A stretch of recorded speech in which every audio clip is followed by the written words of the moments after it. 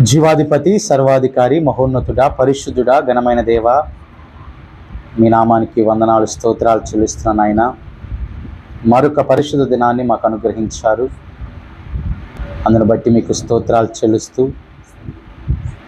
జీవకరమైన మాటలను, వెలుగులోనికి నడిపించే మాటలను, పరలోక రాజ్యము వైపునకు నడిపించే మాటలను సమయంలో మేము ధ్యానం చేస్తూ ఉన్నాం.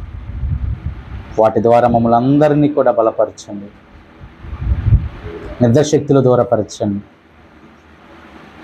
మీరేం మాట్లాడబోతున్నారో ఆ మాటలు ఎందు మా లక్ష్యము ఉండునట్లుగా, వాటి ప్రకారంగా నడుచున్నట్లుగా, ఆ రీతిగా నడుచున్నట్లుగా, ఎదుగునట్లుగా, ఫలించినట్లుగా మీ కృపను సహాయం అనుగ్రహించి మీరే మహిమ పొందమని, ఈ మాటలు అనేక మంది బిడ్డలకు దీవెనకరముగా, ఆశీర్వాదకరముగా మలచి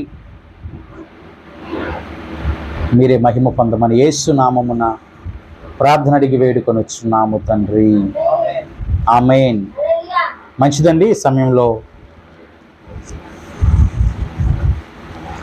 వాక్య భాగంలో మనం చదువుకొని వాక్య ధ్యానంలో ముందుకు మనం కొనసాగుదాం. అపోస్తలుడైన పౌలు గారు తిమోతికి రాసినటువంటి 2వ పత్రిక 2వ అధ్యాయము 22వ వచనాన్ని మనము చదువుదామండి. 2వ అధ్యాయము 22వ వచనంలో ఈ రీతిగా మాటలు రాయబడి ఉన్నాయి.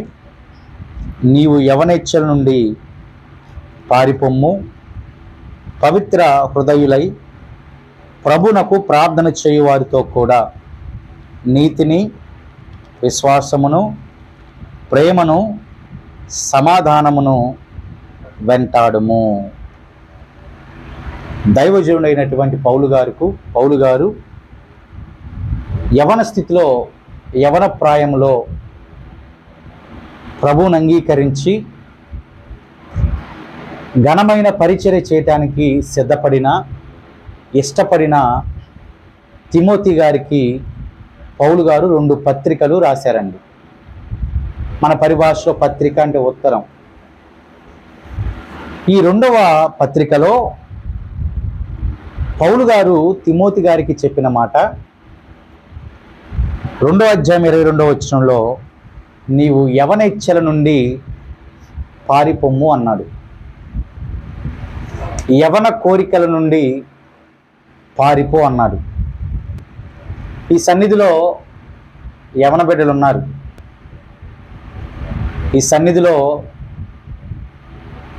వయసు పైబడిన వారు కూడా ఉన్నారు. మరి ఈ వయసు పైబడిన వారికి మాకు అవసరం లేదయ్యా ఈ వాక్యము అని అనుకోవచ్చు. ఇది అందరికీ సంబంధించినటువంటి వాక్యము. కోరిక ఎప్పుడు ఎలాగైనా పుట్టొచ్చండి.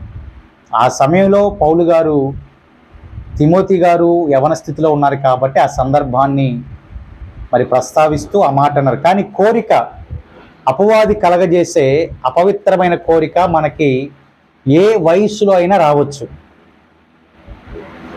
పాపపు ఆలోచన ఏ వయసులో అయినా రావచ్చు. కాబట్టి యవన కోరికల నుండి, యవనేచ్ఛ నుంచి పారిపోవాలి. మొదటిగా పారిపోయి ఏం చేయాలి? లేదా ఈ వయసులో ఉన్నటువంటి వారైనా, చిన్న బిడ్డలైనా, లేకపోతే నడి వయసులో ఉన్నటువంటి వారైనా, వారికి వచ్చేటటువంటి అనాలోచితమైనటువంటి కోరికలు కానీ, లేకపోతే పుల్లారా ప్రభునకు వ్యతిరేకమైన కోరికలన్నిటి నుంచి కూడా మనము పారిపోతూ ఏం చేయాలి అని బైబిల్ మాట్లాడుతూ ఉందంటే, పవిత్ర హృదయులై ప్రభునకు ప్రార్థన చేయువారితో కూడా. ఎవరైతే పవిత్ర హృదయులుగా ఉంటారో, ప్రభునకు ప్రార్థన చేసేటటువంటి వారు ఆడేది వరకు ఉన్నటువంటి వారు ఉంటారు కాబట్టి వారితో పాటు మనము కలిసి నడవాలి అని పౌలు గారు మాట్లాడుతూ ఉన్నారు. పవిత్ర హృదయులై ఏమంటున్నారంటే పిల్లరా, ప్రార్థన చేయువారితో కూడా నీతిని, విశ్వాసమును, ప్రేమను, సమాధానమును వెంటాడు అని లేఖనాలు మనతో మాట్లాడుతూ ఉన్నాయి. ఒక విశ్వాసి అప్పుడే ఎదుగుతూ ఉన్నప్పుడు ప్రభు యొక్క సహాయము చాలా అవసరం.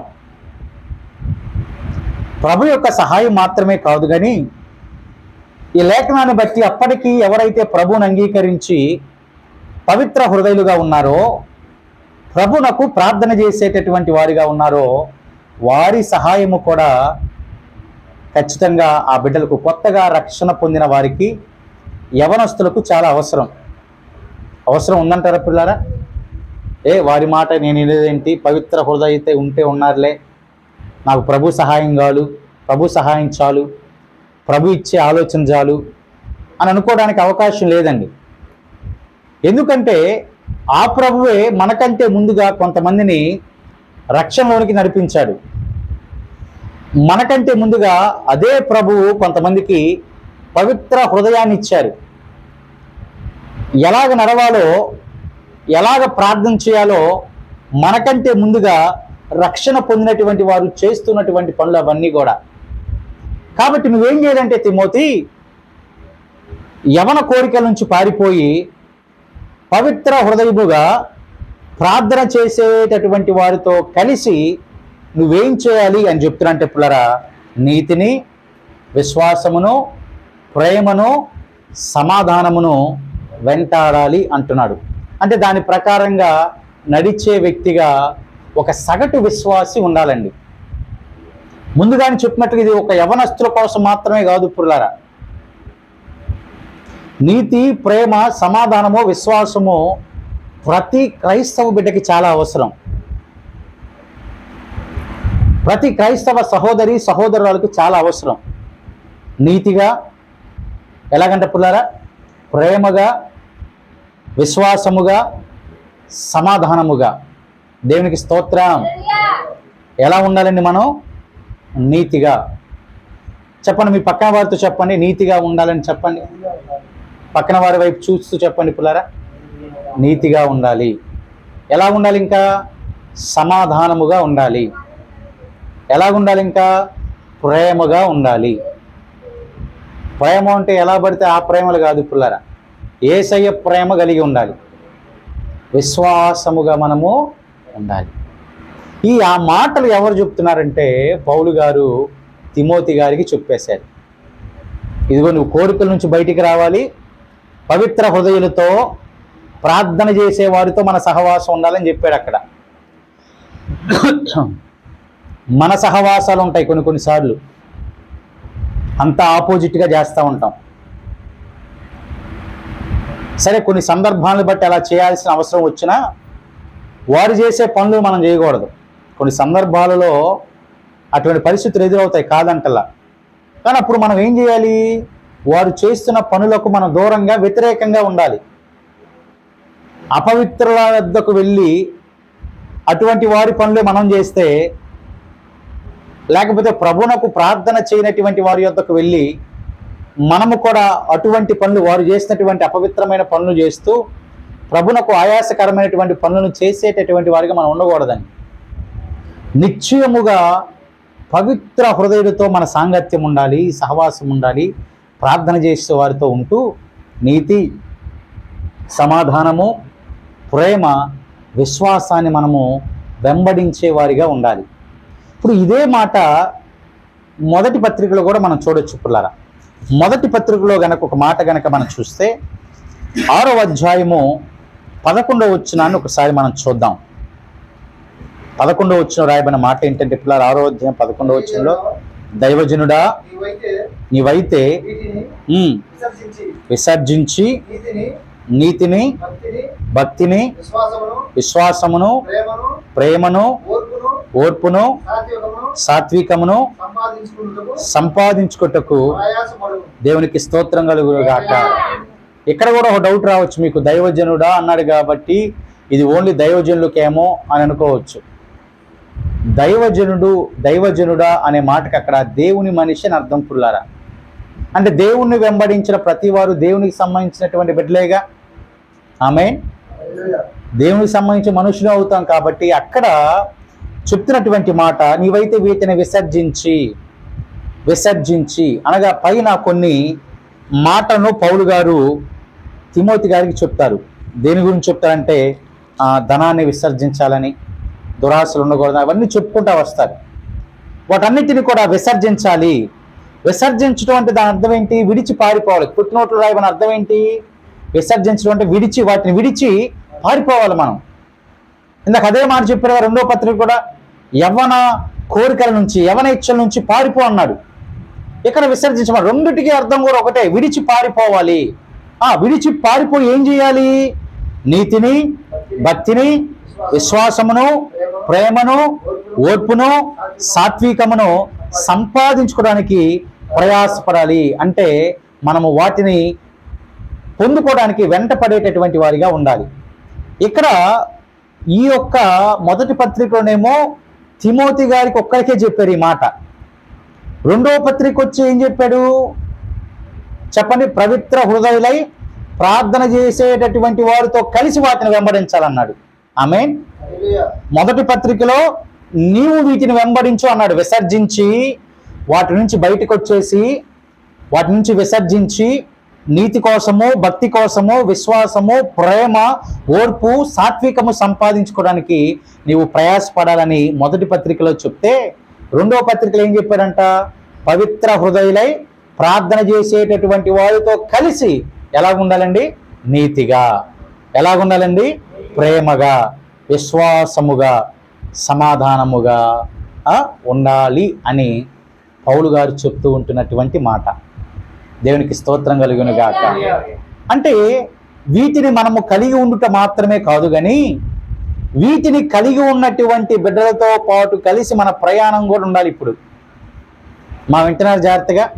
వీటిని మనం వీటిని కలిగి ఉన్నటువంటి బిడ్డలతో పాటు మన ఆత్మీయ ప్రయాణము కొనసాగాలి.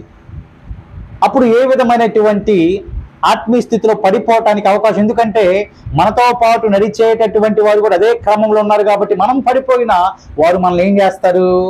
హెచ్చరిస్తారు. ఆమేన్.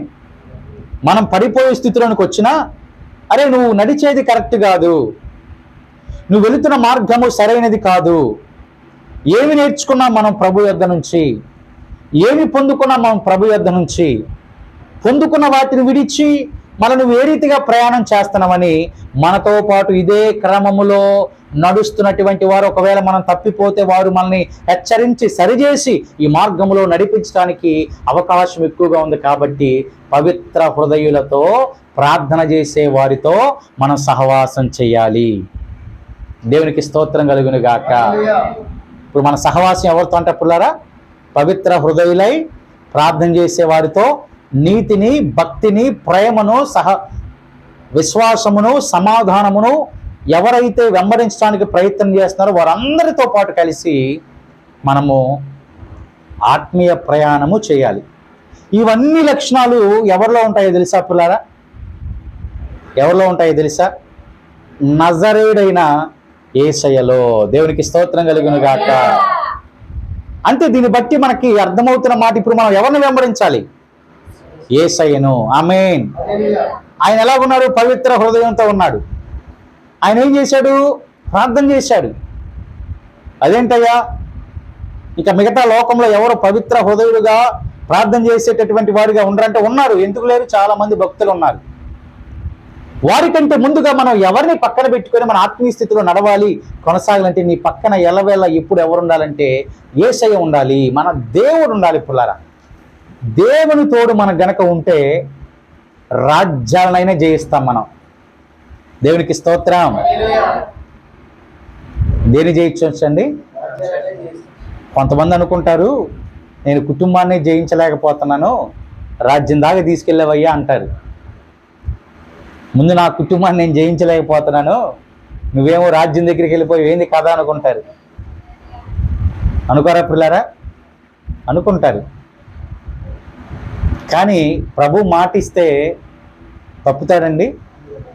రాజ్యాన్ని జయించే శక్తి మనకు ప్రభు ఇప్పుడు పవిత్ర హృదయముతో ప్రార్థన చేసేటటువంటి శక్తితో అటువంటి వారితో పాటు కలిసి నీతి కోసం, భక్తి కోసం, ప్రేమ కోసం, విశ్వాసం కోసం, సమాధానం కోసం మనము వెంటాడితే అట్టి కృపాశక్తి ఎవరిస్తారు? మనకి దేవుడిస్తాడు. ఆమేన్.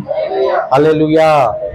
అటువంటి రాజ్యాన్ని జయించిన అధికారిగా అయినటువంటి ఒక వ్యక్తి జీవితాన్ని నేను మీకు పరిచయం చేస్తాను పిల్లలు. అందరికీ తెలిసినటువంటి మరి వ్యక్తే, అనేక సార్లు మీరు ధ్యానం చేసే ఉంటారు. మరొకసారి ఆ మనుషుని బట్టి కొన్ని మాటలు మనం చూద్దాం. ఆదికాండం 39వ అధ్యాయంలో ఆ మనుషుని యొక్క ప్రస్తావన బట్టి కొన్ని మాటలు రాయబడి ఉన్నాయి పిల్లరా. ఆదికాండము 39వ అధ్యాయాన్ని ఒకసారి మనం చూడగలిగినట్లయితే పిల్లరా, యోసేపును అన్నదమ్ములు అమ్మివేసినటువంటి తదుపరి ఐగుప్తునకు యోసేపు గారు వచ్చినప్పుడు పిల్లరా, అక్కడ పోతీఫరు అనేటటువంటి ఒక ఐగుప్తీయుడు, ఒక ఉద్యోగస్తుడు ఏం చేశాడంటే యోసేపు గారిని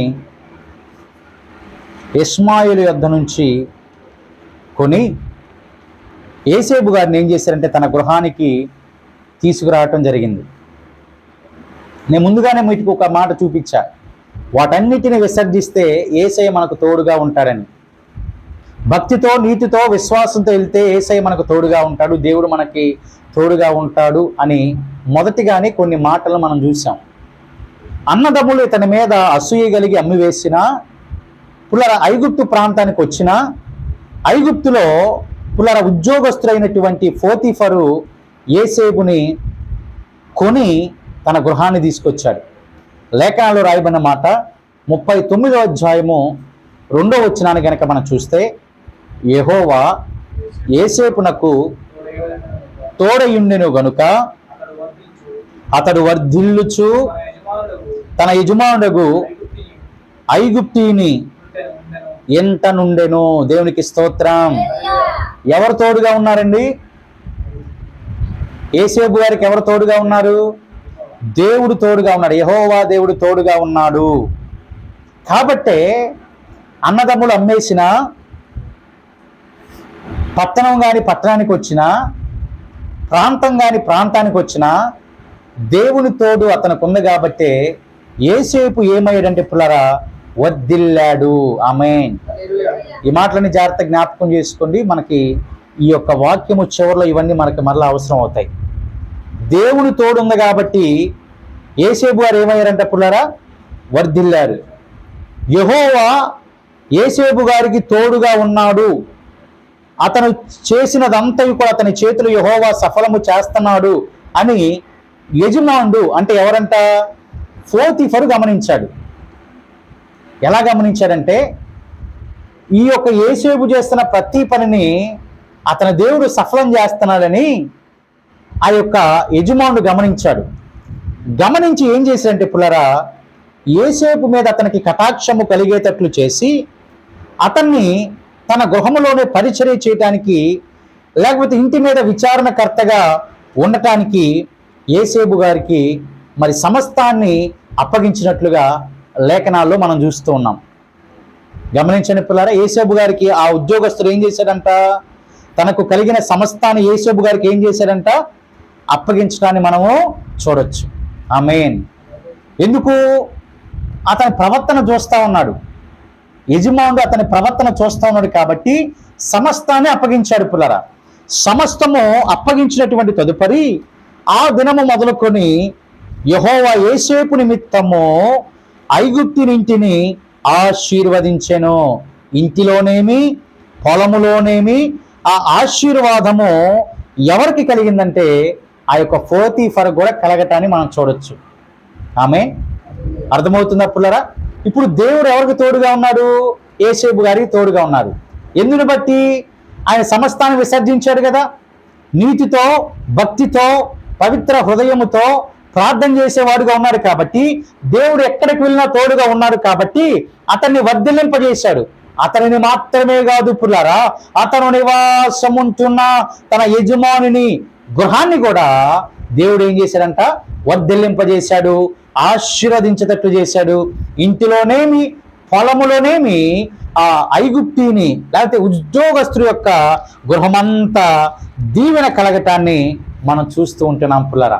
అంటే దేవుడు ఒకరికి తోడుగా ఉంటే ఆ తోడుగా ఉన్నటువంటి వ్యక్తి ద్వారా దేవుడు అనేక మందికి ఏమిస్తాడంటే ఆశీర్వాదాన్ని ఇస్తాడండి. ఆమేన్. ఇప్పుడు దేవుడు నీకు తోడుగా ఉన్నాడు కాబట్టి నీ ద్వారా అనేక మందికి ప్రభు ఏమిస్తాడండి? ఎవడా? నా ద్వారా ఏమిస్తాడయ్యా, నా దగ్గర ఏం లేదనుకుంటారేమో కొంతమంది.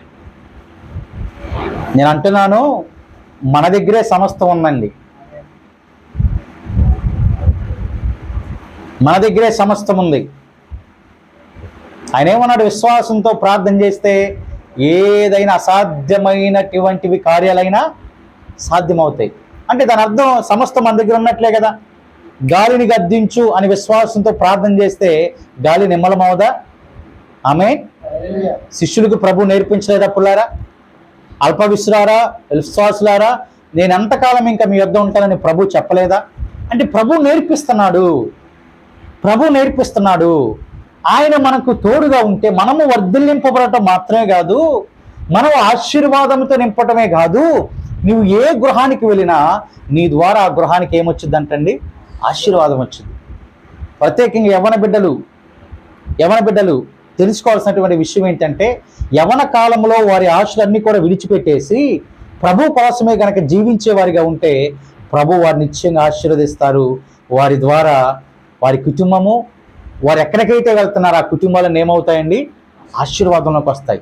ఇప్పుడు ఆశీర్వాదం పొందుట ఎవరు వంతైపోయింది? ఐగుప్తీయుడైనటువంటి పోతీఫర్ ఆశీర్వాదాన్ని పొందుతున్నాడు. ఇక ఆశీర్వాదం వెంబడి ఆశీర్వాదం వస్తుంది, దీవెన వెంబడి దీవెన వస్తుంది. అసలు గృహంలోనేమి, పంట పొలాల విషయంలోకేమి సమృద్ధిని చూస్తున్నాడండి. ఒకవేళ పోతీఫరు యేసేపు రాకముందు అంత ఆశీర్వాదాన్ని చూస్తున్నాడు. దేవునికి స్తోత్రం కలుగును గాక. అంత అభివృద్ధిని, అంత ఐశ్వర్యాన్ని చూసి ఉండడు. ఎందుకంటే అప్పటి వరకు దేవుని కృప ఏంటో తెలియదు కాబట్టి, ఎప్పుడైతే యేసేపుకు తోడుగా ఉంటున్నాడు దేవుడని గమనించిన ఆయన సమస్త అధికారాన్ని యేసేపుకు అప్పగించిన తరువాత నిజమైన ఆశీర్వాదాన్ని ఎవరు చూశారంటే పోతీఫర్ చూశాడు. అది నిజమైన ఆశీర్వాదం అండి. అప్పటి వరకు ఉండొచ్చేమో కూడా ఎంతో కొంత, కానీ యేసేపు ద్వారా వచ్చిన ఆశీర్వాదం చాలా ఎక్కువ. ఆశీర్వాదం ఉన్న దగ్గర అపవాది కూడా ఉంటాడు. ఈ అపవాది ఎవరి రూపంలో? ఆ యొక్క ఆత్మీయ స్థితిలో యేసేపు గారిని పడవేయాలని చూశారంటే తన యజమానురాలు రూపంలో. నాకేం చూసాం మూలవాక్యంలో? యవ్వనేచ్ఛల నుంచి ఏమవ్వాలి? పారిపోవాలి. ఈ యజమానురాలు పుల్లరా పోతీఫర్ భార్య ఏం చేసిందంటే, మన యేసేపుని బట్టి, యేసేపు గారు చాలా రూపవంతుడు. రాయటంలో రాయబడిన మాట, యేసేపు రూపవంతుడును సుందరుడై ఉన్నాడు. బాగా అందము కలిగిన వ్యక్తిగా, మనుష్యుడిగా ఉన్నాడు. మన పరిభాషలు అంటారు కదా, హ్యాండ్సమ్ అంటారు కదా పిల్లరా, ఆ రీతిగా ఉన్నాడు. యజమానురాలు యవన స్థితిలో ఉన్న యేసేపు గారి మీద కన్ను వేసి అతనితో పాపం చేయాలని ఆలోచనతో ఉందండి. చెప్పింది ఆమె డైరెక్ట్గా చెప్పేసింది. ఏమని? ఇలా నేను ఇష్టపడుతున్నాను, నీతో నేను పాపం చేయాలి అని అనుకుంటున్నాను అని సెలవిచ్చినప్పుడు యేసేపు గారు దానికి ఏమాత్రము ఒప్పుకొనలేదు. ఆమేన్. ఆ పాపపు స్థితిలోనికి రావటానికి ఒప్పుకోలే. అంటే ఏం చేశాడు? విసర్జించాడు. ఏం చేశాడంట పిల్లారా? యవనేచ్ఛల నుంచి ఆయన ఏమొచ్చాడంట? విసర్జించాడు.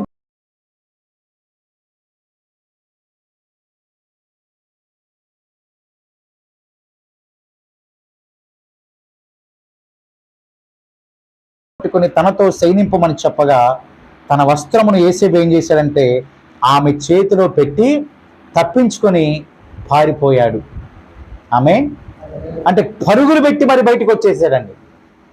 పరుగులు పెట్టి మరి తన ఆత్మీయ స్థితిని కాపాడుకోవడానికి యేసేపు గారు ఏం చేశారంటే పారిపోయి వచ్చాడు. అంటే విసర్జించాడా లేదా? తన భక్తిని కాపాడుకున్నాడా? ప్రేమను కాపాడుకున్నాడా? విశ్వాసాన్ని కాపాడుకున్నాడా? సమాధానాన్ని కాపాడుకున్నాడా? నీతిని కాపాడుకున్నాడా పిల్లరా? ఆమేన్. అక్కడ ఆ యొక్క మాటకి లొంగిపోతే ఇవన్నీ విషయాల్లో అతను లొంగిపోయిన వాడుగా అయ్యేవాడు. అతను కూడా పాపపు స్థితిలోనికి వచ్చేవాడు. కానీ ఎవరి కృప తోడుగా ఉంది? ఆమేన్. ఎవరు ఆ మనుషుడికి తోడుగా ఉన్నాడు? దేవుడు, సృష్టిని సృష్టించిన దేవుడు ఆయనకి తోడుగా ఉండి ఆ స్థితి నుంచి బయటకు లాగేసేసాడు. పారిపోయి వచ్చాడు. ఆ స్త్రీ చేసినటువంటి పని ఏంటంటే ఇంట్లో ఉన్న మనుషులందరిని పిలిచి, అదిగో ఆ మనుషుడు, ఆ హెబ్రీయుడు మనల్ని ఏం చేశారంటే ఎగతాళి చేశారని ఆ వస్త్రాన్ని, తన చేతిలో పెట్టిన వస్త్రాన్ని చూపించడం మొదలుపెట్టింది. తన యజమానుడు కూడా రాగాలే, ఇవి హైబ్రిడ్, నీవు తీసుకొచ్చి పెట్టిన హైబ్రిడ్, నువ్వు ఎవరినైతే నమ్మావో, ఎవరినైతే నమ్మి సమస్తాన్ని ఇచ్చావో, సమస్తము అధికారం ఆయన చేతికి ఇచ్చేసావు, కానీ అతను ఏం చేశాడంటే పుల్లారా, నన్ను ఇలాగా హేళన చేశాడు. అప్పుడు నేను పెద్ద కేక వేసేసరికి ఆయన వస్త్రాన్ని నా చేతిలో పెట్టి విడిచి వెళ్ళిపోయాడని చెప్పినప్పుడు ఆ యజమానుడు బహు కోపంతో మండిపడి ఈ యేసేబు గారిని పట్టుకొని రాజు ఖైదీలు బంధించబడు చెరసాలలో, రాజుగారు కొంతమంది ఖైదీలను బంధించి చెరసాలలో వేయిస్తారు కదా పిల్లరా, ఆ చెరసాలలో ఇప్పుడు ఎవరిని వేయించాడంట? యేసేబు గారిని వేయించాడు. ఎవరిని? దేవుడు తోడుగా ఉన్నటువంటి యేసేబు గారిని రాజు ఖైదీలు ఉండేటటువంటి స్థలములో వేయించాడంట పిల్లరా. మన దేవుడు ఎప్పుడైనా ఒకే ఆశతో, ఆలోచనతో ఉండే దేవుడు. మన పరిస్థితులు బాగున్నా, పరిస్థితులు బాగోలేకపోయినా ఆయన మాత్రం మనకు తోడుగా ఉంటాడండి. నమ్మిన వారి దేవుని స్తోత్రాలు చెల్లిద్దాం. మన పరిస్థితులు బాగున్నా, బాగోకపోయినా. ఇప్పుడు యేసేబు గారు ఎక్కడికి వెళ్ళిపోయారు? చెరసాల్లోకి వెళ్ళిపోయారు. ఇప్పుడు యేసేబు గారి మీద ఏం ముద్ర పడింది? నేరస్తుడు, లేకపోతే యజమాని భార్యని చెరపటానికి వచ్చినటువంటి వాడు, ఇంకా తెలుగులో మన ఖైదీ అంటూ ఉంటాం కదా పిల్ల, ఆ ముద్ర పడిపోయింది. అతను ఎక్కడికి వెళ్ళిపోయాడంటే పిల్లరా, చెరసాల్లోనికి వెళ్ళిపోయాడు. లేఖనంలో ఒక మాట చదువుదాం. 39వ అధ్యాయం ఆదికాండము 21వ వచనాన్ని ఒకసారి మనం చదువుదాం. అయితే యెహోవా యేసేపునకు, దేవునికి స్తోత్రం. అయితే యెహోవా ఎవరికి తోడుగా ఉన్నాడు? ఎక్కడ తోడుగా ఉన్నాడండి? చెరసాలలో. మన దేవునికి ఉన్న పేరు ఏంటంటే మారని దేవుడు. ఆమేన్. ఇప్పుడు ఆయన పరిస్థితులు బాగున్నప్పుడు, యేసేబు గారి పరిస్థితులు బాగున్నప్పుడు దేవుడు తోడుగా ఉన్నాడు. యేసేబు గారు ఇరుకుల్లోకి వచ్చేసిన తర్వాత, చేయని నేరానికి, చేయని తప్పుకి పుల్లరా బందీగా వచ్చిన తర్వాత, చెరసాల్లోనికి వచ్చిన తర్వాత మారని దేవుని యొక్క తోడు ఎవరికి దక్కిందంటే యేసేబు గారికి దక్కింది. ఆమేన్. మన పరిస్థితులు ఎలాగున్నా పుల్లరా, నీవు ఎంత ఉన్నత స్థితిలో ఉన్నా ప్రేమతో, భక్తితో, నీతితో ఉంటే దేవుని తోడు మనకు ఉండిద్దండి. పరిస్థితులన్నీ అనుకూలించుకో. ఒకవేళ బిజినెస్ లాస్ వచ్చి మొత్తం కూడా కోల్పోయి, ఇప్పుడు ఉన్నత స్థితి కోల్పోయి చాలా సాధారణమైన స్థితికి వచ్చిన అదే భక్తి మనలో ఉంటే దేవుడు మనం విడిచిపెట్టే దేవుడు కాదండి. యేసేబు అది వరకు ధనం ఉంది, ఇప్పుడు ధనం లేదని విడిచిపెట్టాడా? యేసేబు అది వరకు మంచి గృహంలో నిలిచాడు, మంచి గృహంలో ఉన్నాడు, ఇప్పుడు చెరసాల్లోకి వచ్చాడు, జైల్లోకి వచ్చాడు, అతను నేను తోడుగా ఉండేదేంట్లే అని ప్రభు అనుకున్నాడా? దేవుడు అనుకున్నాడండి? ఆమేన్ చెప్పండి. అనుకోలేదండి. ఏమాత్రం అనుకోకుండా చెరసాలలో యేసేపుకి దేవుడు తోడుగా ఉన్నాడు. గృహంలోనేమో తన యజమానుడికి యేసేపు మీద జాలి కలిగేటట్లు దేవుడు చేస్తే, చెరసాల్లోకి వెళ్ళిన తర్వాత ఏం జరిగిందో తెలుసా పుల్లారా? చూడండి, ఆ మాట కంటిన్యూషన్ ఒకసారి చూడండి. తోడయుండి అతని యందు కనికరపడి అతని మీద ఆ చెరసాల యొక్క అధిపతికి కటాక్షము కలుగునట్లు చేసెను. దేవునికి స్తోత్రం. ఏం కలిగిందంటే పుల్లరా? కటాక్షం కలిగింది. గృహంలో ఉండేటప్పుడేమో పోతీఫరు అతని మీద కటాక్షం కలిగేటట్లు చేశాడు. పోతీఫర్కి చేసేటప్పుడు ఆ మాట కూడా మనం చూసాం కదా. యజమానికి కటాక్షం కలిగేటట్లు చేశాడు యేసేబు గారి మీద. చెరసాల్లోకి వచ్చిన దేవుని ప్రేమ మారలేదండి. చెరసాల్లోకి వచ్చిన దేవుని తోడుగానే ఉన్నాడు పిల్లరా. ఎందుకో తెలుసా?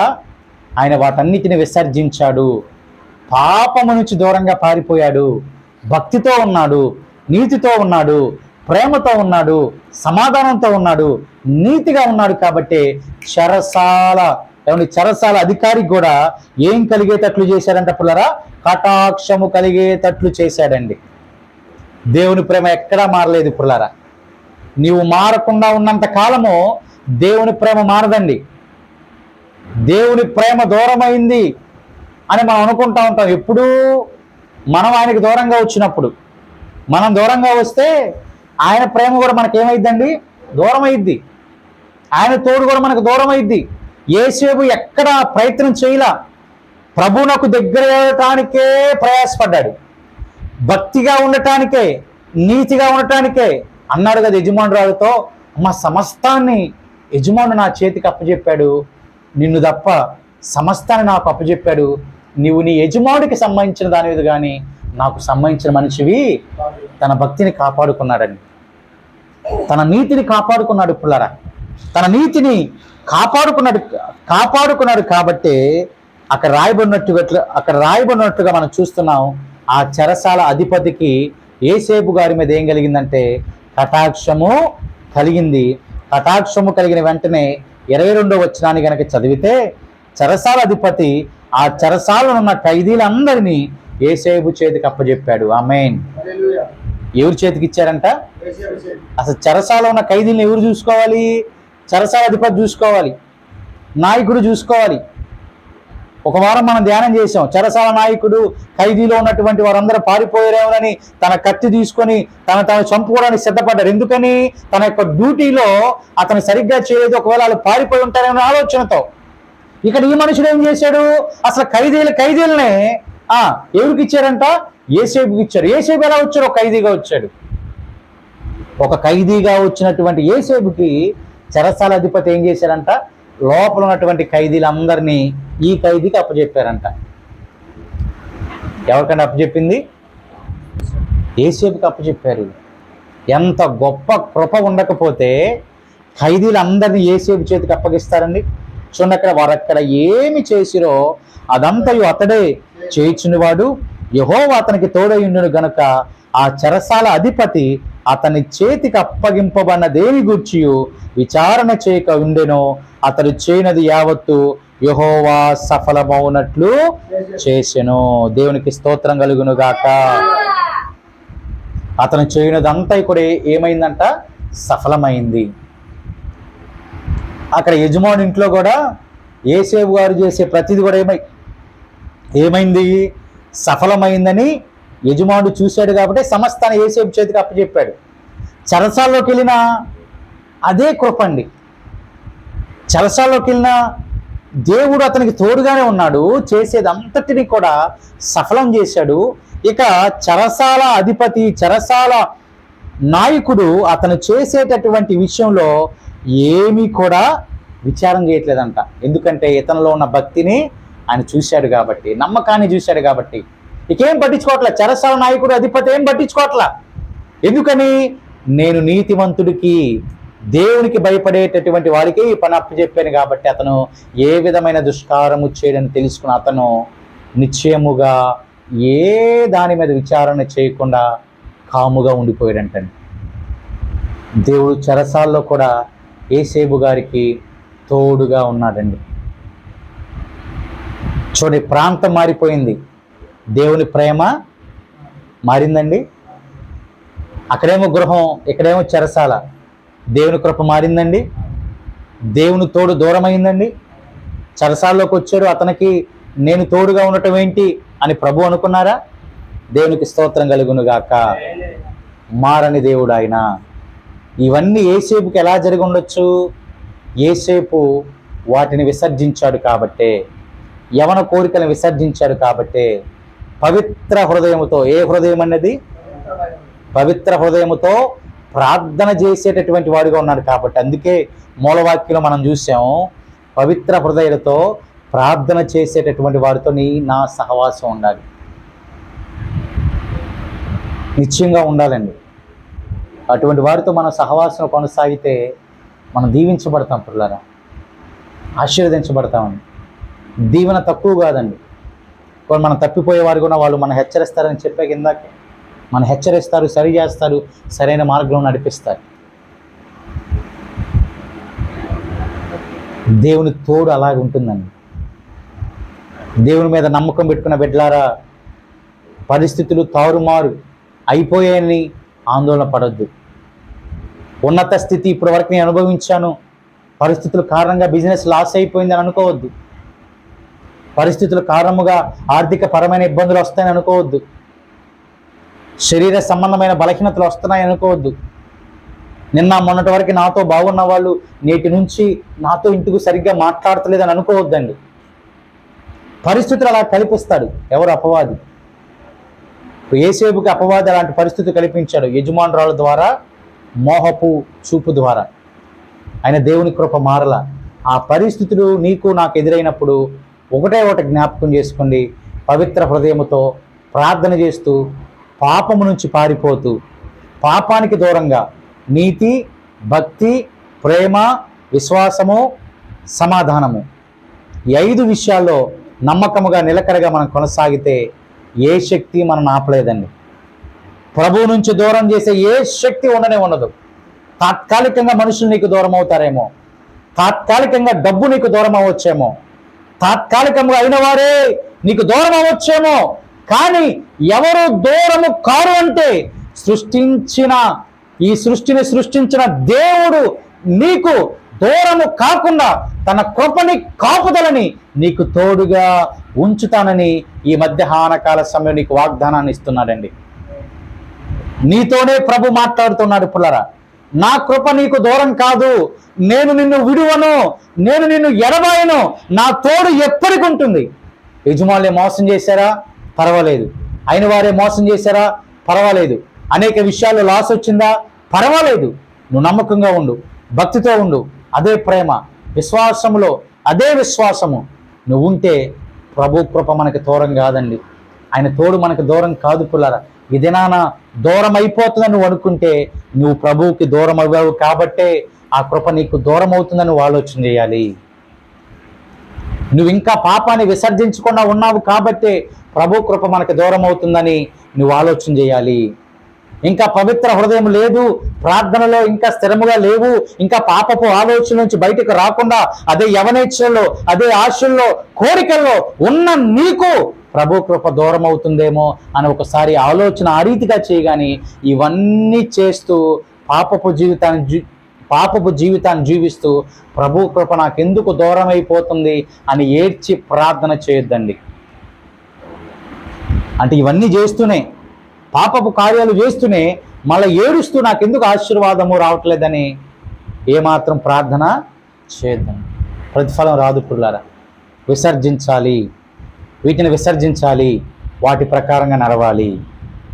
ప్రేమ, భక్తి, విశ్వాసము, సమాధానము, నీతి, వాటి ప్రకారంగా మనము నడవాలి. అలా నడిచే వారితో పాటు కలిసి సహవాసంలో మనం ఏమవ్వాలండి? కొనసాగాలి.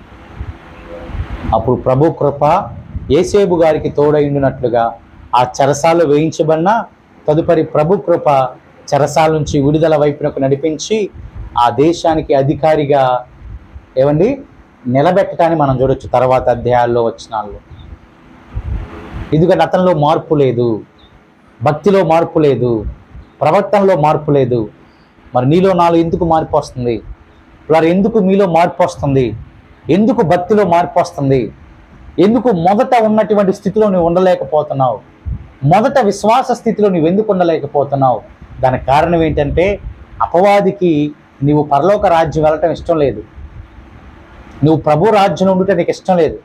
అందుకని అపవాది నీ యొద్దకు వచ్చి గలిబిలి చేసి నీలో అనేక కోరికలను కలగజేసేటట్లు, ప్రభునకు నిన్ను దూరం చేసేటట్లు అనేక ప్రయత్నాలు చేస్తున్నప్పుడు వాటిని గమనించిన నీవు అందులో పడకుండా ఆ యొక్క అపవాది నుంచి దూరపరచబడి ప్రేమలో, భక్తిలో, నీతిలో మనం కొనసాగాలండి.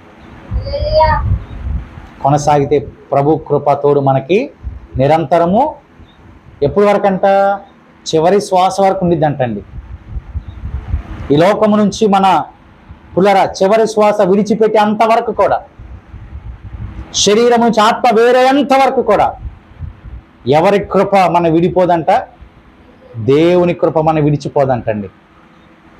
దేవుని తోడు నిరంతరం మనకు తోడుగానే, అండగానే, కొండగానే, కోటగానే ఉండిద్దంట. మనం మాత్రము వాటన్నిటి నుంచి పారిపోవాలి. ఆ పరిస్థితులన్నీ విసర్జించాలి. నీతిగా, భక్తిగా, ప్రేమగా జీవించే గొప్ప కృప వస్తే యేసేపు వలె మనం దీవించబడతాం, ఆశీర్వదించబడతాం. అట్టి కృప ప్రభు మనకు అనుగ్రహించునుగాక. దేవుడి మాటలను దీవించునుగాక. ప్రార్థన చేద్దాం. జీవాధిపతి, మీ నామానికి వందనాలు, స్తోత్రాలయ్యా. మహిమోన్నతుడా, సర్వోన్నతుడా, ఘనమైన మీ నామానికి వందనాలు చెల్లిస్తున్నాను. నిరంతరము నీ కృప తోడుగా ఉంచే దేవుడు అని మాతో మాట్లాడినందుకే నీకు స్తోత్రాలు చెల్లిస్తున్నాను. ఆయన ఏమైతే అసహ్యమైనవి మీకు వ్యతిరేకమైన ఉన్నాయో వాటన్నిటి నుంచి మేము విడుదల నుండి వాటికి దూరంగా పారిపోయే కృప దయచేయండి. యేసేపు పారిపోయాడు, తద్వారా ఉన్నత స్థితి చూశాడు. చెరసాల కృపను పొందాడు, చెరసాల అధిపతి యొక్క కృపను పొందాడు. అతి కృప మాకు దయచేయండి అయ్యా. అయ్యా అతి ధన్యత మాకు దయచేయండి అయ్యా. ఇదిగో నా ప్రభు, అనేక మందిని మమ్మల్ని విడిచిపెట్టిన మీరు మమ్మల్ని వెరవని దేవుడుగా ఉన్నారు. మీ కృప సదాకాలం మాకు తోడుగా ఉంచి మీరే మహిమ ఘనత ప్రభావాలు ఆరోపిస్తూ మీకే మహిమ కలిగినట్లుగా మా జీవితాన్ని కుటుంబాల్ని దీవించి ఆశీర్వదించి ముందుకు నడిపించమని యేసయ్య సర్వశక్తి కలిగిన నామమున ఈ ప్రార్థన అడిగి వేడుకొనొచ్చున్నాము తండ్రి. ఆమేన్. హల్లెలూయా. అందరికీ వందనాలండి. మంచిదండి. ఈ సమయంలో మనము కానుకను సమర్పించుకొని చివరి ప్రార్థన ఆశీర్వాదాలతో ఈ ఆరాధన క్రమాన్ని మనం ముగించుకుందాం.